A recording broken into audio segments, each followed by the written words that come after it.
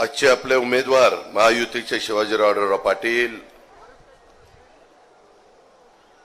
सभेला उपस्थित असणारे राजाराम कांचन, प्रतापराव गायकवाड, मंगलदास बांदल, महादेव कांचन, सुनील कांचन, संतोष कांचन, दिलीप वालेकर, रवी बापू काळे, दिलीप दादा काळभोर, हेमलता बडेकर, अलंकार कांचन, शुभम कोमणे, विकास जगताप, अमित कांचन, पूनमभाई चौधरी, चारुशीला कांचन, उत्कर्ष गोते, चंदन सोंडेकर, दादा पाटील पराटे, रामदास चौधरी, दादासाहेब सातव, सुभाष काळभोर, जीबी चौधरी, अभिजित बोराडे, श्रीकांत कांचन, स्वप्नील डमनेरे, रोहिदास उंद्रे, निखिल तांबे, रवींद्र कंद, रोहिदास टिळेकर, राजेंद्र कोरेकर, सुधीर फराटे, सारिका लोणारे, राजेंद्र गव्हाणे, सुभाष जगताप, अण्णा महाडिक, मिलिंद हरगुडे, नवनाथ काकडे, जयेश कंद, एलबी कुंजीर, बाळू चौधरी, अक्षय शिंदे, रंजिता गाडवे, ज्योती थोरात, लोचन शिवले, अक्षय आढळराव, नितीन गोते, शामराव गावडे, विपुल शितोळे, रवींद्र कंद, कीर्तिताई कांचन, संचिताताई कांचन, विकास राजकर, मोहन जवळकर, मोरेश्वर काळे, माझ्या उरळी कांचन, पंचक्रोश येथील जमलेले सर्व सन्माननीय पदाधिकारी, महायुतीचे घटक पक्षांचे सर्व सहकारी, प्रतिष्ठित नागरिक, पत्रकार मित्र, बंधू भगिनींनो, माझ्या तरुण मित्रांनो, आपल्याला सगळ्यांना माहिती आहे की देशामध्ये सगळीकडे सार्वत्रिक निवडणुका लोकसभेच्या लागल्यात. पहिला, दुसरा, तिसरा टप्पा संपलेला आहे. 14 टप्पा आपला 13 तारखेला आहे आणि त्यामध्ये आपलं पुणे लोकसभा, शिरूर लोकसभा आणि आपली मावळ लोकसभा, इथं अनुक्रमे शिवाजीराव आढळराव पाटील, मुरलीधर मोहोळ आणि आपले श्रीरंगप्पा बारणे अशा आपल्या जिल्ह्यातनं हे 3 जण उभे आहेत.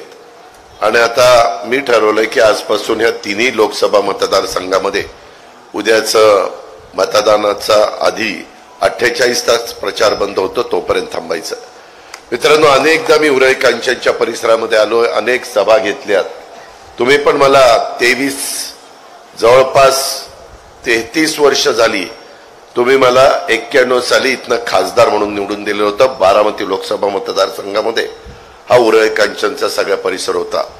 तेव्हापासून तसं माझा आणि तुमचा थोडा बहुत डायरेक्ट इनडायरेक्ट संबंध यायला लागला. अनेक चढ उतार आपण बघितले, अनेक जिल्हा परिषदेच्या निवडणुका, अनेक आमदारकीच्या, खासदारकीच्या निवडणुका, सहकारी संस्थांच्या निवडणुका, बऱ्याच निवडणुकीमध्ये आपण एकमेकाच्या समोर आलो. एकमेकाचं म्हणणं आपण ऐकून घेतलं. जनतेला जे योग्य वाटलं ते जनतेने करण्याचा प्रयत्न केला. आज इथं येत असताना इथं अनेक मान्यवरांच्या पदस्पर्शाने पुनीत झालेला हा माझा उरळी कांचनचा परिसर आहे. आणि ह्या परिसरामध्ये येत असताना स्वर्गीय मणिभाई देसाई असतील, स्वर्गीय दत्तोबा कांचन साहेब असतील, बाकीचे इतर मान्यवर असतील. मगाशी स्वर्गीय अण्णासाहेब मगर साहेबांचा पण उल्लेख झाला की ज्यांनी या आपल्या परिसरामध्ये सहकारी साखर कारखाना उभा केला, त्याच्याबद्दल काही सुतोवाच माझ्या सहकारी मित्रांनी केलेला आहे. मी त्याच्यावर येणार आहे. मित्रांनो, एकंदरीतच इथं ही सभा कशा करताय की उद्याच्या 5 वर्षाच्या करता देशाची सूत्र कोणाच्या हातामध्ये द्यायची आणि त्याच्याकरता कोणाच्या विचाराचा खासदार हा दिल्लीमध्ये निवडून पाठवायचा आहे. खरं तर मागे 2004, 2009 आणि 2014 आम्ही अनेकदा प्रयत्न केला. त्यावेळेस मी वेगळ्या बाजूला होतो आणि शिवाजीराव आढळराव पाटलांना पराभूत करण्याच्या करता आम्ही प्रयत्न करायचो. परंतु त्यांचा लोकसंपर्क, त्यांचं जनतेशी असणारं जिव्हाळ्याचं नातं, सातत्याने डाऊन टू अर्थ अशा पद्धतीने त्यांची कामाची भूमिका, आणि आपण इथले खासदार आहोत, लोकांचे प्रश्न सुटले पाहिजेत, लोकांच्या अडचणी दूर झाल्या पाहिजेत, आपण त्यांना उपलब्ध असलं पाहिजे, अशा प्रकारची भूमिका त्यांनी त्या ठिकाणी मांडली आणि त्याच्यामुळं त्यांनी नेहमीच यश खेचून आणलं. मी विचार करत होतो काय करावं. 2019ची निवडणूक लागली. आम्ही अनेकांचा विचार करत होतो. मंगलदास बांदल पण मला म्हणलं होतं, दादा आपलाही विचार करा. इतरांनी पण अनेकांनी सांगितलेलं होतं. आम्ही त्याच्यामध्ये विलास लांडेचा विचार करू पाहत होतो. प्रदीप कंदला मी सांगितलेलं होतं. पण प्रदीप कांत म्हणला मला खासदारकीत इंटरेस्ट नाही, मला आमदारकीत इंटरेस्ट आहे. त्याच्यामुळं तिथं ते बारगळलं. अशा अनेक दिलीपरावांना मी विनंती केली, वळसे पाटलांना, दिलीपराव बाद झालं ना आता इथं महाराष्ट्रामध्ये, आता जावा दिल्लीला, तुमची गरज आहे. म्हणले दिल्लीला नाही, दिल्लीला नाही.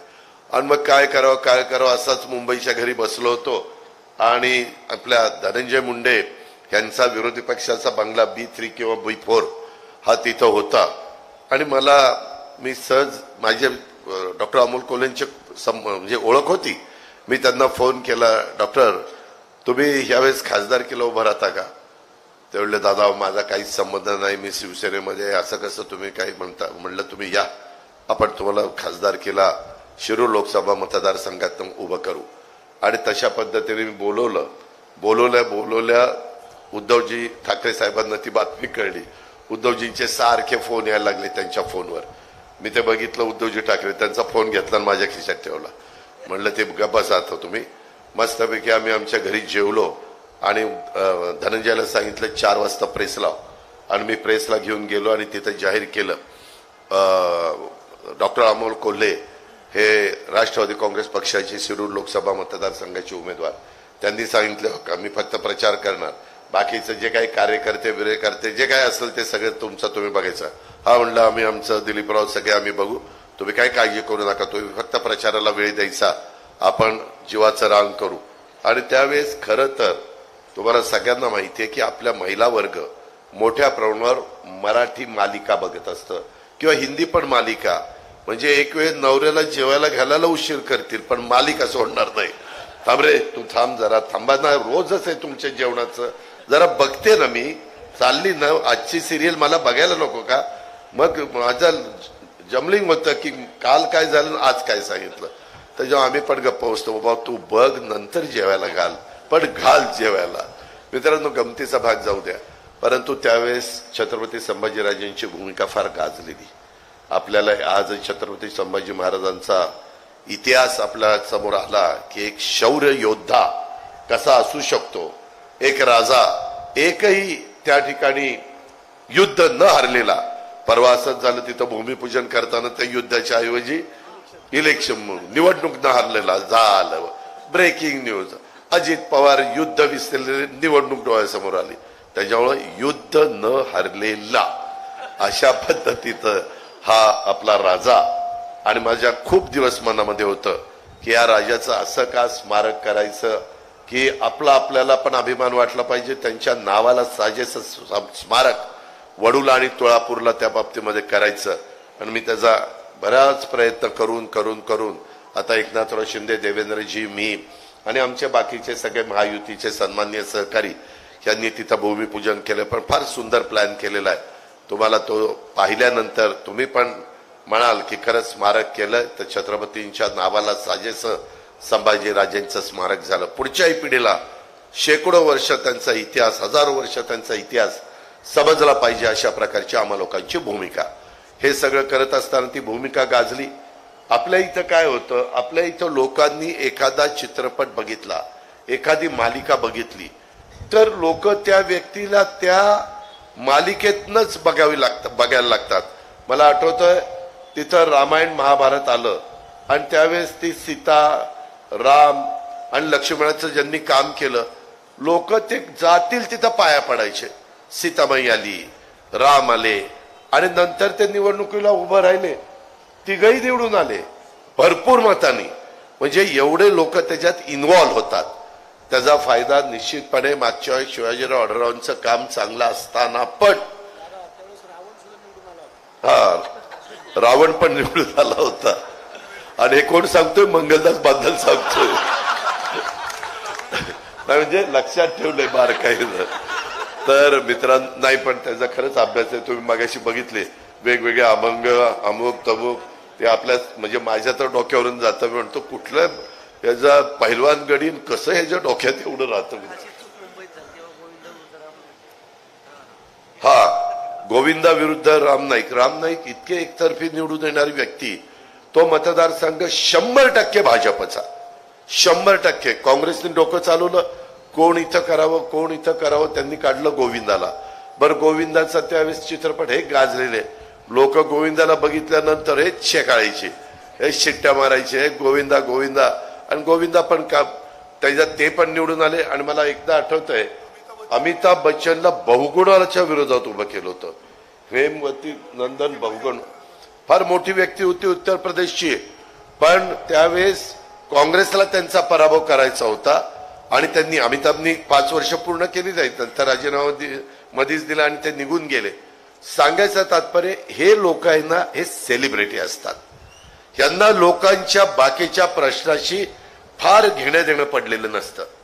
मला नंतर निवडून आणल्यानंतर, आम्ही सगळ्यांनी आणलं निवडून, तुम्ही मतदान केलं, तुम्ही आशीर्वाद दिले, शेवटी सर्वस्व तुमच्या हातात आहे, तुम्ही मतदार राजा आहात. पण हे सगळं होत असताना तिथं काय झालं, ते मला 1 वर्ष 2 वर्षांनी म्हणाले, दादा हे आपल्याला नको बाबा. माझा पण फार व्यावसायिक परिणाम व्हायला लागला. मी कलावंत आहे, मी अभिनेता आहे, मला वेगवेगळ्या मालिका करायच्या असतात, मला त्याच्या संदर्भामध्ये शूटिंग असतं, त्या शूटिंगला मला वेळ मिळत नाही, त्याच्यामुळं मी लोकांना वेळ देऊ शकत नाही. माझे चित्रपट असतात. अहो, त्यांनी तर एका चित्रपटामध्ये नथुराम गोडसेची भूमिका केली, म्हणजे एवढा कहर की एकदम छत्रपती संभाजी महाराज, छत्रपती शिवाजीराजे आणि एकदम नथुराम गोडसे. मी त्यांना म्हणलं, हे असं कसं? ते म्हणले, आपण कलाकार आहे, त्याच्यामुळे काय जे भूमिका सांगतील आणि जे आपल्याला मानधन देतील ते काम आपण करणार.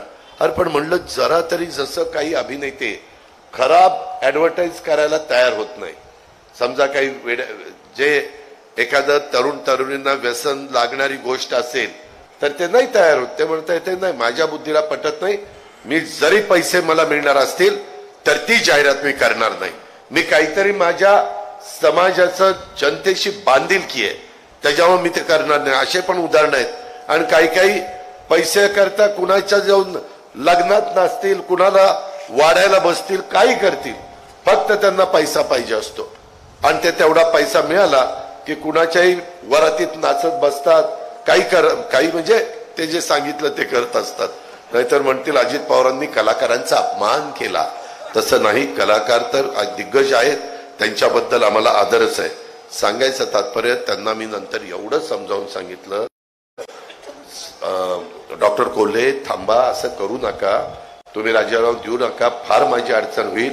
लोक मला पण बोलतील, तुला कळत नव्हतं का, तू कस काय असा उमेदवार आणला. आणि त्याच्यातून आम्ही कसं बसं सांगून साहेब सांगायचे, साहेब म्हणायचे, तू त्या ठिकाणी शोधून काढलं ना, तू तिकीट द्यायला लावलं ना, तू सांग आता त्यांना. आणि अशा पद्धतीनं कसं बसं ते 5 वर्षाच्या करता बाबाला राजीनामा न देता तिथं थांबायला सांगितलं. मित्रांनो, त्याच्यामध्ये किती वेगवेगळ्या प्रकारच्या त्यांनी भूमिका केल्या आणि किती वेगवेगळे डायलॉग मारले, तरी ते कलावंताचं काम आहे. सामाजिक क्षेत्रामध्ये काम करणं हे राजकीय क्षेत्रातल्या माणसाचं काम आहे. आणि ते व्रत शिवाजीराव आढळराव पाटलांनी स्वीकारलेलं आहे. त्यांनी त्याच्यामधनं ते पूर्वाश्रमीचे तर राष्ट्रवादी काँग्रेस पक्षाचे स्थापना झाले, ते आंबेगाव तालुक्याचे अध्यक्ष होते. मला वाटतं भीमाशंकर सहकारी साखर कारखान्याचे चेअरमन म्हणून पण त्यांनी काम केलं. त्याच्यामुळं तसं आम्ही आणि ते फार काही दूरचे असण्याचं काही कारण नाही. माझी तुम्हाला विनंती आहे की यावेळेस पण आम्ही असाच पद्धतीचा विचार केला. आणि यांनी तर मला सांगितलं होतं की मी राहणारच नाही. त्याच्यामध्ये वेगवेगळ्या पद्धतीनं मला ज्यावेळेस मी अनेक वर्ष पवार साहेब सांगतील ते ऐकत आलो, परंतु नंतरच्या काळामध्ये 30 वर्ष उलटून गेल्यावर मी साहेबांना म्हणलं की साहेब, आता तुम्ही थोडंसं, आम्ही प्रफुल्ल पटेल, सुनील तटकरे, मी, त्याच्यामध्ये जयंत पाटील पण आमच्यात होते, आम्ही सगळेजण, भुजबळ साहेब, हसन मुश्रीफ, दिलीप वळसे पाटील, खूप जण, 80% लोक, आमचं सगळ्यांचं म्हणणं, एकदा तर 100%नी सांगितलं, साहेब आता उद्धव ठाकरे साहेबांचं सरकार पडलेलं आहे, आम्हाला असं वाटतं की आपण भाजप बरोबर मागे तुम्ही बाहेरनं पाठिंबा दिलेला होता 2014ला, नंतर मग काय झालं, तुमच्या मनात बदल झाला. 2017ला तुम्ही त्यांच्यावर जायचं ठरवलं होतं. त्यावेळेस तुम्ही त्यांना सांगितलं की तुम्ही शिवसेनेला बाजूला करा. अमित शहा म्हणले, मी शिवसेना, आमची अनेक वर्षांची मैत्री आहे, आम्ही बाजूला करणार नाही. ते होऊन बाजूला गेले. तर गोष्ट वेगळी. त्यावेळेस बारगळलं. सांगितलेलं आहे जर सत्ता असेल तुम्ही न्याय देऊ शकता, सर्व जाती धर्माच्या लोकांना तुम्ही न्याय देऊ शकता. विदाऊट सत्ता तुम्ही न्याय देऊ शकत नाही. तुम्ही मोर्चे काढू शकाल, तुम्ही आंदोलन करू शकाल, तुम्ही उपोषण करू शकाल, तुम्ही त्या ठिकाणी वेगवेगळ्या प्रकारच्या रॅली घेऊ शकाल, पण त्याच्यातून तुम्हाला प्रश्न सोडवता येणार नाही. आणि तुम्ही बघा चव्हाण साहेबांची राजकीय कारकीर्द काढली तर एकदा अपवाद वगळता चव्हाण साहेबांनी नेहमी सत्तेच्या बरोबर राहण्याचा प्रयत्न केला. तो स्वतः करता केलेला नव्हता, तो समाजाच्या करता केलेला होता. माझा मागासवर्गीय असेल, माझा आदिवासी असेल किंवा माझा अल्पसंख्याक असेल, ओबीसी असेल किंवा बहुजन असेल, ह्या सगळ्या समाजाच्या करता त्यांनी काम केलेलं होतं. मित्रांनो, तुम्ही पण मला अनेक वर्ष अनेक पदं दिली. बँकेचं 7 वर्ष चेअरमन केलं, वेगवेगळ्या पद्धतीने तुम्ही मला आमदार केलं, खासदार केलं, राज्यमंत्री, मंत्री, 5 वेळेला उपमुख्यमंत्री, बहुतेक विरोधी पक्ष नेता, बहुतेक पदं ही मला तुम्ही त्या ठिकाणी मिळवून दिली. तुम्ही ताकद माझ्या पुणे जिल्ह्यातल्या जनतेने, पिंपरी चिंचवड, पुणे शहरातल्या नागरिकांनी माझ्या पाठीशी उभी केली. मी कामाचा माणूस आहे, मला उगीच गप्पा मारायला आवडत नाही. एक गाव 2 तुकडे कधी कधी मी सांगत असतो त्यावेळेस काहींना वाईट वाटतं, पण मित्रांनो व्यवहारिक दृष्टिकोन ठेवला पाहिजे. उगीच कुणाला तरी बरं वाटावं म्हणून वेळ मारून द्यायची, पण नंतर त्याची किंमत मोजावी लागते. उरळी कांचनकरांनो, एकंदरीतच या परिसरामध्ये महात्मा गांधी असतील किंवा अनेक मान्यवर महापुरुषांचं वास्तव या उरळी कांचनला राहिलेलं आहे. परंतु आता उरळी कांचनचं चित्र बदललंय. हे चित्र बदलत असताना आज तुम्ही तुमच्या पुढं महायुतीच्या उमेदवाराच्या पुढं जे उमेदवार आहेत त्यांना खरोखरीच खासदारकीमध्ये रस नाही, त्यांना अभिनेत्यामध्ये रस आहे. मी त्यांचं तोंडावर देखील मी सांगायला कमी करणार नाही. मित्रांनो, मी ज्यावेळेस ही राजकीय भूमिका आम्ही सगळ्यांनी घेतली, आमच्या घरी मी बसलो होतो, सगळे होते, डॉक्टर कोल्हे होते, अशोक पवार होते, सगळ्यांनी ऍफिडेव्हिट करून दिली. मला सेकंड केला भुजबळ साहेबांना, सगळ्यांना की चांगला निर्णय आपण हा घेतला पाहिजे. सगळेजण माझ्या बरोबर शपथविधीला आले. कोल्हे साहेबांनी देखील बाईट दिला. अशोक तर मला म्हणत होता, दादा सत्ता असल्याशिवाय काही खरं नाही, आणि सतत मला सांगणाऱ्यापैकी तो एक होता. पण ज्यावेळेस शपथ घेत असताना पहिली मी घेतली, दुसरी भुजबळ साहेबांनी घेतली, तिसरी का चौथी दिलीप वळसे पाटलाचं नाव आलं. तिथं गडी बिथरला. या बाजूला एक आमदार होता, ह्या बाजूला एक आमदार होता. तो म्हणला ही शपथ दादांनी घ्यायला परवानगी द्यायला नको होती, मी आता दादांना सोडणार, मी तिथनं आता निघून जाणार, मला ह्यांना घेतलेलं अजिबात आवडलेलं नाही. आता बघा, ही काही एवढा मोठा नेता आहे का? दिलीपराव वळसे पाटलांना घेतलेलं मला आवडणार नाही. अरे काय तुला निवडून आणण्याच्या करता मी जीवाचं रान केलं बेटा, आणि तू अशा पद्धतीच्या गप्पा मारतो. त्याच्यामध्ये आता काही पण इथं येऊन काहीतरी सांगितलं की मी पवार साहेबांचा निष्ठावंत आहे, साहेबांसाठी मी आमदारकीचा राजीनामा द्यायला तयार आहे, अमकं तमकं. अरे कशाचं आलंय काय? सगळी तुझी अंडी पिल्लं मला माहिती, काय तू गप्पा मारतो? उगेच मी आपला कुणाची भावकी आहे म्हणून नको त्याचं काही निंदा नालच ते करायला. भावकी उन्हाच्या वाटेकरी असती मला माहिती आहे, पण म्हटलं कुठं आता हे करता. मित्रांनो, काही खरं नाही. मागच्या वेळेस पण वेगळे काही प्रसंग उद्भवलेले होते, आणि एकंदरीत आज साखर कारखान्याच्या एक तर स्वतःला नीट कारखाना चालवता येत नाही, नाचता येईना अंगणवाकडं.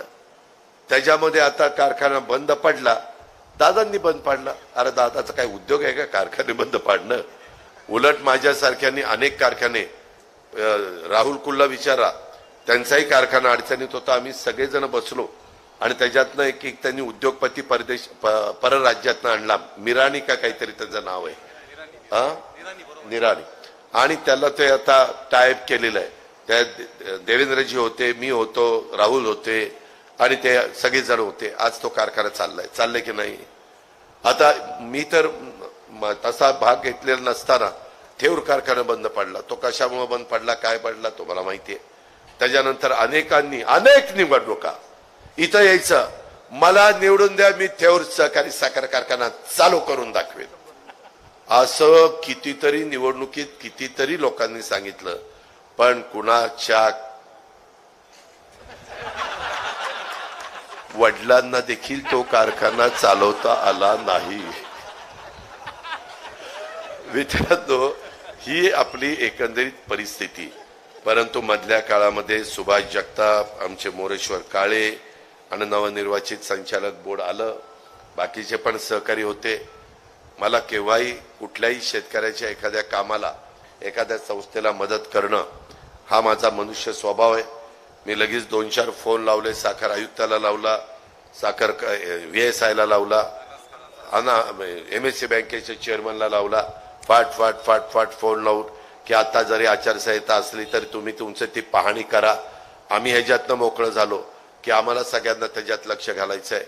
एक इथल्या हवेली तालुक्याचं ते वैभव आहे आणि हवेली तालुक्याचं वैभव आमच्या वडीलधाऱ्यांनी उभं केलेले, आमच्या अतिशय महत्वाच्या लोकांनी, म्हणजे ते मणिभाई देसाई असतील, अण्णासाहेब मगर असतील, दत्तोबा अण्णा कांचन असतील, अशा अनेकांनी त्याला उभं करण्याचा प्रयत्न, इव्हन शिवाजीराव घुले असतील, अशा अनेकांची नावं घेता येतील. त्यांनी सगळ्यांनी आपल्या परीनं तो चालवला. परंतु नंतर काही अडचणी आल्या. ठीक आहे, अडचणी येतात, कधी काही दुष्काळ पडतो, कधी ऊस कमी पडतो, कधी मॅनेजमेंटच्या काही चुका होतात आणि संस्था अडचणीत येतात. परंतु मी माझ्याही भागातल्या सोमेश्वर सहकारी साखर कारखाना अडचणीत आल्यानंतर मी तो ताब्यात घेतला 92 साली. मला सगळ्यांनी सांगितलं, माझ्या वरिष्ठांनी सांगितलं, तू कशाला ताब्यात घेतलं, हे नाही चालवता येणार, हे फार डबडर झालेलं आहे. म्हणलं नाही, चालवायचा. आणि चालवला. आता महाराष्ट्रात पहिल्या 5 कारखान्यात तो आहे. 3,350 रुपये भाव दिलाय.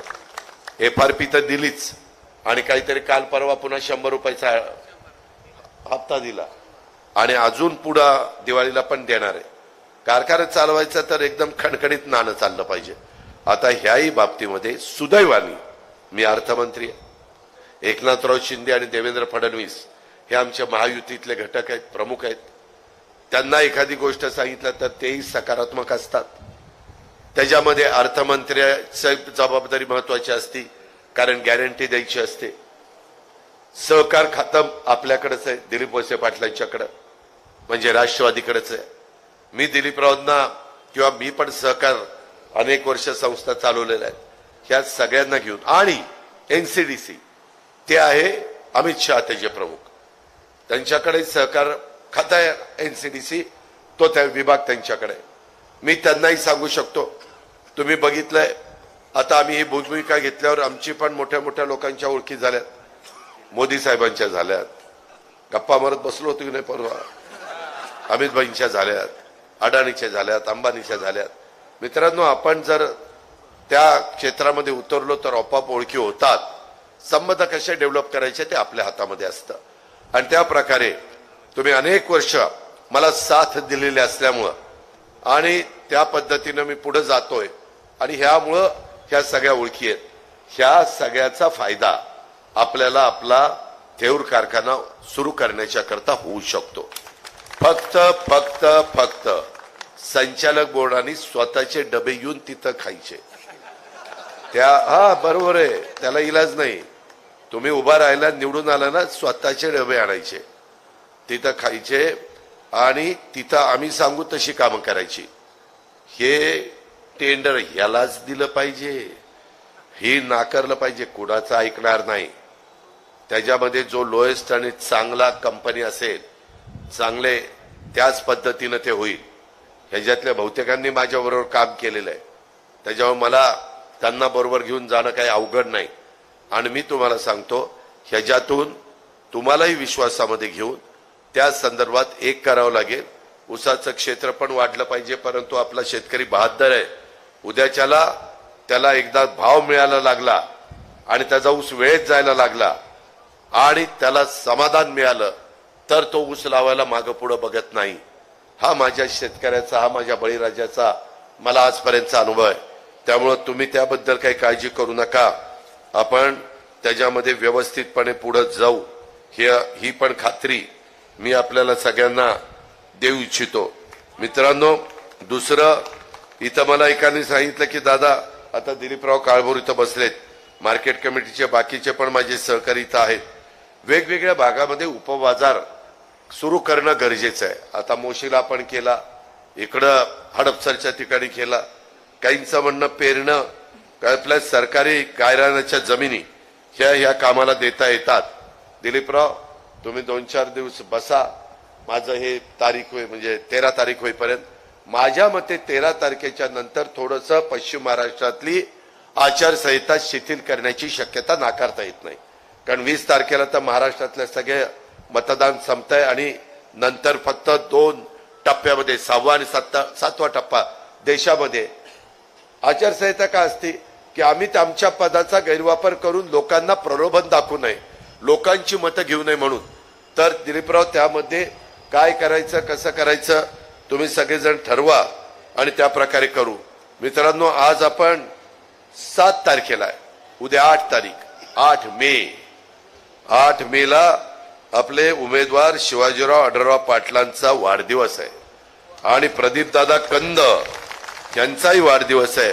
मी दोघांच्याही वाढदिवसाच्या निमित्तानं व्यक्तिशः माझ्या वतीनं आपल्या सर्वांच्या वतीनं मी त्यांना मनपूर्वक हार्दिक शुभेच्छा देतो. Many happy returns of the day उद्याच्या करता ह्याही शुभेच्छा देतो आणि त्यांना दीर्घायुष्य लाभावं, त्यांच्या हातनं समाजाची चांगली सेवा घडावी अशाही प्रकारची परमेश्वरचरणी प्रार्थना करतो. मित्रांनो ह्या सगळ्या बाबी करत असताना मला आपल्याला एक सांगायचंय की इथं पवार साहेबांची पण सभा झाली. पवार साहेब माझे नेते, त्याबद्दल दुमत असायचं काही कारण नाही. पण मित्रांनो नेहमी प्रत्येकाचा काही ना काही काळ असतो. आज पवार साहेब काल आजारी होते, परवा पण त्यांना नीट बोलता येत नव्हतं. मला आठवतंय 2004ला पवार साहेबांना असाच गंभीर आजार झाला. आम्ही साहेबांना सांगितलं, मी आर पाटील, भुजबळ साहेब, दिलीप वळसे पाटील, जयंत पाटील, पदमसिंह पाटील, मधुकर पिचड आणि विजयदादा, आम्ही सगळ्यांनी सांगितलं साहेब तुम्ही दवाखान्यात जाऊ, ऑपरेशन करा, आम्ही ही सगळं सांभाळतो. साहेबांनी सांगितलं, सभेत फॉर्म भरला. सुरेश गुले आठवत असेल, परवा आपण जिथं सभा घेतली होती सुनेत्राची तिथंच सभा झाली आणि सांगितलं की मी आता जातोय दवाखान्यामध्ये, मला ऑपरेशन लगेच करायचंय, सेनापती नाहीये, सैन्याने लढायचं. सैन्य लढलं ना. आज एवढे उष्णता आहे, एवढा त्रास होतोय, साहेबांना आधार दिल्याशिवाय साहेब चालू शकत नाही. आणि हे बाकीचे जी काही चौकट त्यांच्या आजूबाजूला आहे, साहेब इकडे चला सभेला, साहेब तिकडे चला सभेला, सगळीकडे सभेला घेऊन जातात. त्यांना काही वाटत नाही की आपण साहेबांना सांगावं की साहेब नको, एखादी सभा घ्या परंतु तुम्ही विश्रांती घ्या, उन्हाची तीव्रता वाढलेली. आज तर मी मगाशी बातमी बघत होतो, कुठल्या तरी धाराशिव का कुठेतरी सोलापूरला रांगेत मतदार उभा असताना सनस्ट्रोक झाला, जागेवर गेला, तो मृत्युमुखी पडला. काळजी तुम्ही पण सगळ्यांनी घेतली पाहिजे. पाणी जास्त प्या, पाणी प्या आणि उन्हाचं आणि त्यामध्ये काळजी घ्या. उन्हात कारण नसताना जाऊ नका. आपल्या इथं मताची टक्केवारी कमी झाली, ऊन एवढं होतं की मी बघितलंय मताची टक्केवारी पण कमी झाली. आपल्याला पण त्याच्यामध्ये लक्ष द्यावं लागेल. साधारण मला आता लेटेस्ट नाही पण 5 वाजेपर्यंत महाराष्ट्रामध्ये 53% मतदान झालं, कर्नाटकात 66%, आसाममध्ये 74%, मध्य प्रदेशला 62%. 5 वाजेपर्यंत आज दादर नगर हवेली 65%, पश्चिम बंगाल 74%, गुजरात 55%, उत्तर प्रदेश 55%, गोवा 72%, बिहार 56%, आसाम 74%, छत्तीसगड 66%. अशा प्रकारचं मतदान झालंय. आपल्याला सगळ्यांना, महायुतीच्या कार्यकर्त्यांना माझी विनंती आहे, भाजप, शिवसेना, राष्ट्रवादी काँग्रेस, आरपीआय, आठवले आरपीआय, त्याच्यामध्ये खरात, कवाडे, आमची शेतकरी सदाभाऊ खोतांची शेतकरी संघटना, रासप, मनसे, बाहेरनं पाठिंबा, बिनशर्त असे अनेक पक्ष त्याच्यामध्ये आहेत. त्याच्यावर त्या सगळ्या कार्यकर्त्यांनी मताची टक्केवारी आता ह्याच्यातनं तरी आपण काही बोध घेतला पाहिजे आणि त्याच्यातनं टक्केवारी कशी वाढेल याकरता देखील आपण सगळ्यांनी मदत करावी अशी माझी तुम्हाला विनंती आहे। मित्रांनो, आज साहेबांनी सांगितलं की बाबा 72,000 कोटीची कर्जमाफी केली। आम्ही सगळ्यांनी मनापासून समाधान व्यक्त केलं। मित्रांनो, ती कर्जमाफी होती देशाची, देशाच्या शेतकऱ्यांची। 2014ला देवेंद्रजी मुख्यमंत्री झाले, त्यांनी मी विरोधी बाकावर होतो, त्यांनी कर्जमाफीची घोषणा केली फक्त महाराष्ट्राची 35,000 कोटीची, देशाची 71,000 कोटी, एकट्या महाराष्ट्राची 35,000। नंतर देवेंद्रजींचं सरकार गेलं, नंतर आम्ही सरकारमध्ये आलो, त्यावेळेस आम्ही पुन्हा 27,000ची कर्जमाफी केली, 27,000 कोटीची। म्हणजे संधी मिळाल्यानंतर आम्ही पण शेतकऱ्याच्याच पोटी जन्माला आलो। आम्ही पण लहानपणापासून शेती बघितलेली, राजकारणात यायच्या आधी मी पोल्ट्री चालवली, डेअरी चालवली। आज पण मी सकाळी मतदान केल्यावर माझ्या रानात चक्कर मारली, मग मी बाकीचे कामं करत बसलो। मला शेती करायला आवडतं। मला शेतीचा, प्रत्येकाला कसला कसला नाद असतो, तसा आपल्याला शेतीचा नाद आहे। दुसरा काही नाद नाही, चौपुला बिपुलाचा नाहीच नाही। तशा पद्धतीनं मित्रांनो मला ती आवड आहे आणि त्याच्यामुळं शेतकरी, आता मध्ये देखील मी मोदी साहेबांना सांगितलं की मोदी साहेब, आज आमच्या महाराष्ट्रातला कांदा उत्पादक शेतकरी अतिशय नाराज आहे। ते म्हणाले की ठीक आहे, मी बघतो। ते गेल्यानंतर त्यांनी कांदा निर्यात चालू केली की नाही? आज महाराष्ट्रातल्या माझ्या शेतकऱ्याला ऊसाचा भाव चांगला मिळतो, त्याला एकमेव कारण आहे मोदी आणि अमित शहांनी एफआरपी दरवर्षी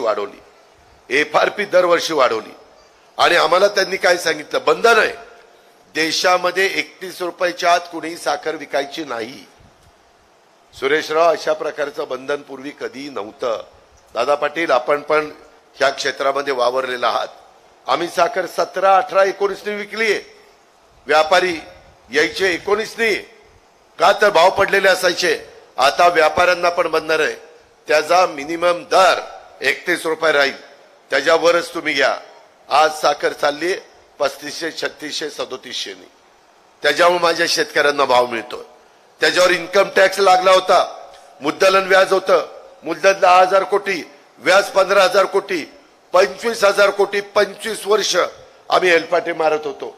आमच्याच्यानी काही पी चिदंबरम, AK अँथोनी, एक त्याच्यामध्ये प्रणव मुखर्जी, कुणालाही ते काढता आलं नाही। आम्ही साहेबांना घेऊन जायचो, साहेब प्रयत्न करायचे, परंतु उत्तर मिळत नव्हतं।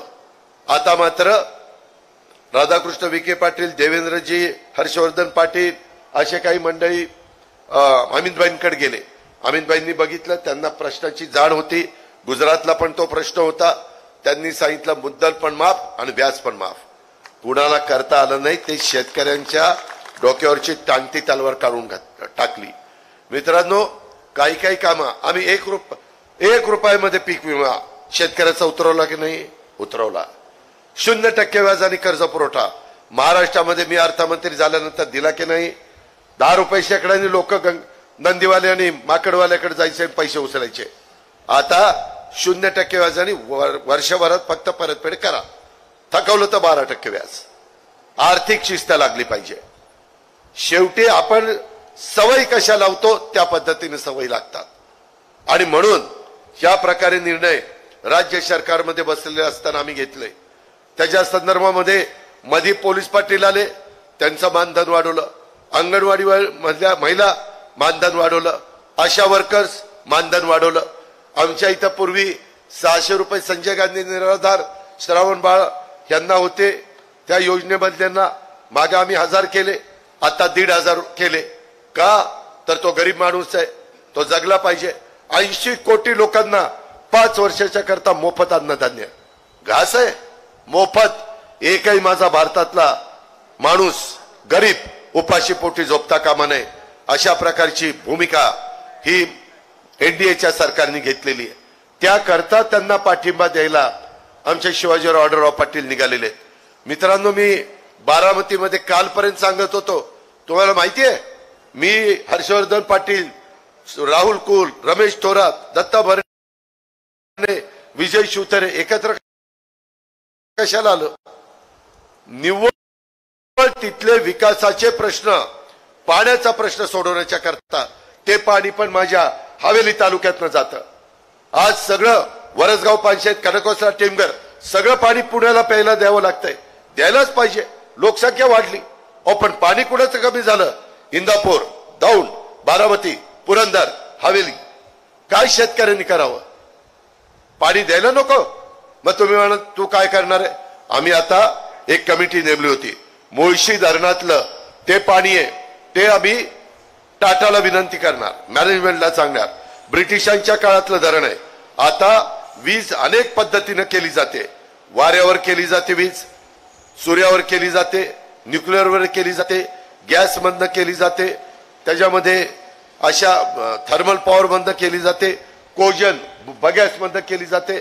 आपण त्याच्यातनं वीज तयार करू आणि ते पाणी आता पुण्याला प्यायला द्या। आमचा खडकवासला, वरसगाव, पानशेत हे पाणी आमच्या लोकांना पूर्वीच्या प्रकल्पात आहे तसं द्या। माझा इंदापूर तालुका खुश, दौंड तालुका खुश, हवेली तालुका खुश, बारामती, पुरंदर खुश। शेवटी काय? पण त्याला पैसा लागणार आहे। अजित पवार जरी अर्थमंत्री असला तरी तो पैसा एकटा राज्य सरकारचा पुरू शकत नाही। आम्हाला मुळशीच्या पाण्याची ती व्यवस्था करायची आहे। त्याच्या संदर्भामध्ये पुरंदर उपसा सिंचन योजनेला परवा मी कुंजीरकडे गेलेलो होतो, तिथं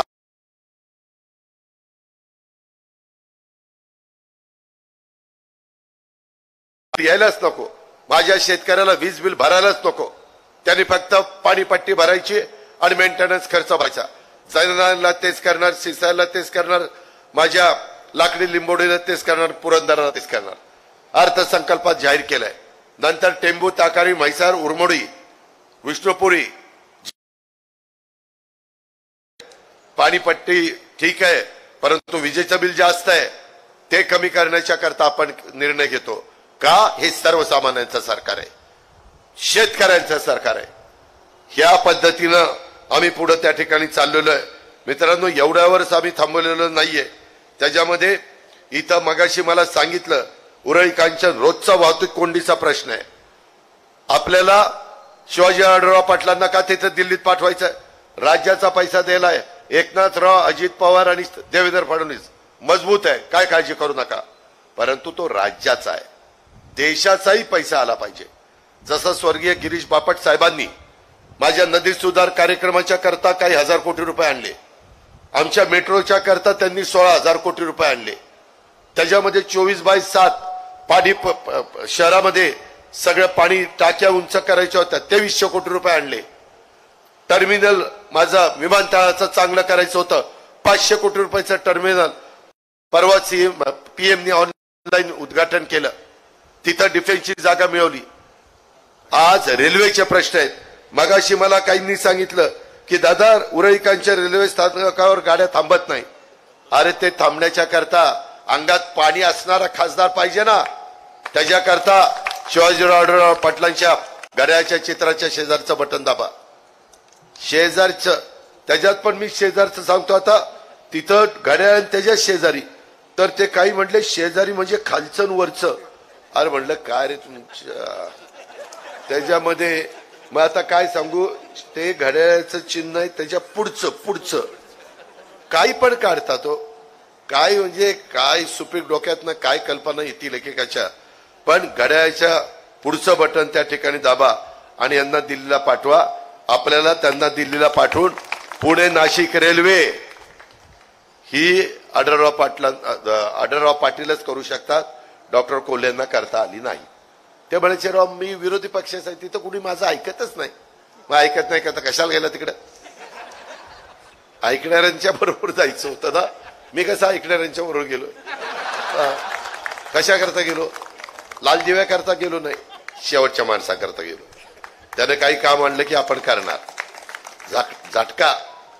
त्याच्यामध्ये मित्रांनो, विद्यमान खासदारांनी त्यांची उपस्थिती पण फार काही चांगली नव्हती।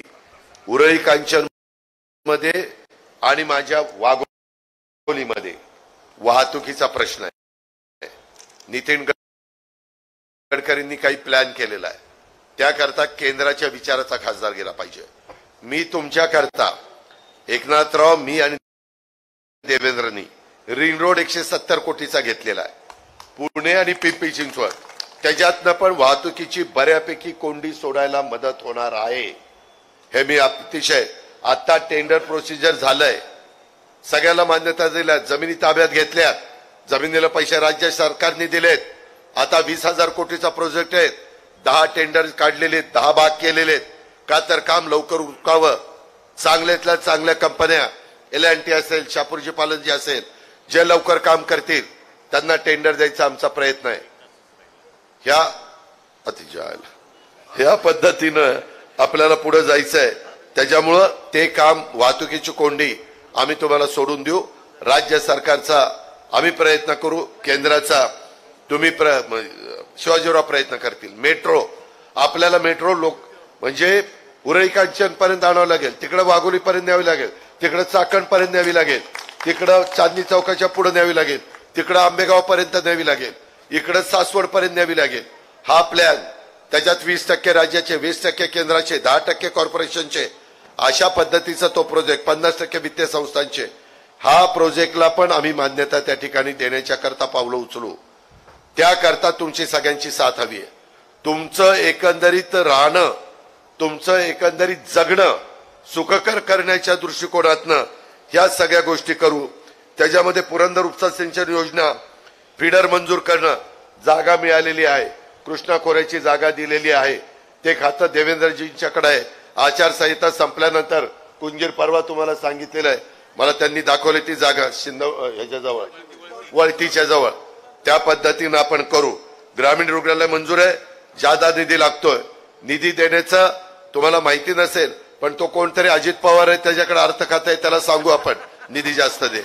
जून मध्येच त्याचं अधिवेशन आहे, निधी 17च्या वर काही लागेल तो आपण त्याच्याकडनं मंजूर करून घेऊ. उरळी कांचन पोलीस स्टेशन पुणे शहराला जोडणं, हे पण आपल्या देवेंद्रजींच्या हातात आहे, कारण शहर वाढतंय, त्याच्यामुळं त्याच्यात आपण मार्ग काढू. त्याच्यामध्ये कोरेगाव मूळ पुलाचं काम, पुलाचे पण आम्ही वेगवेगळ्या नाबार्डमधनं पुलं मंजूर करतो.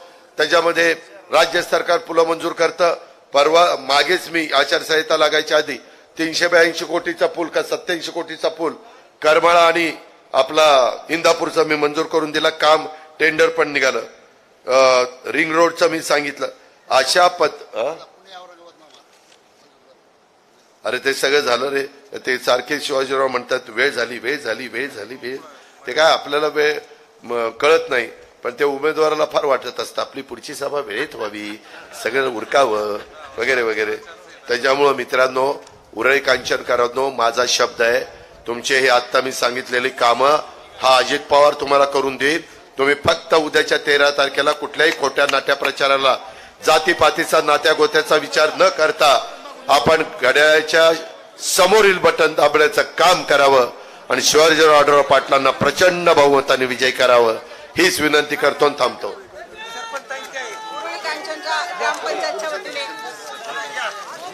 काही हे धरतात.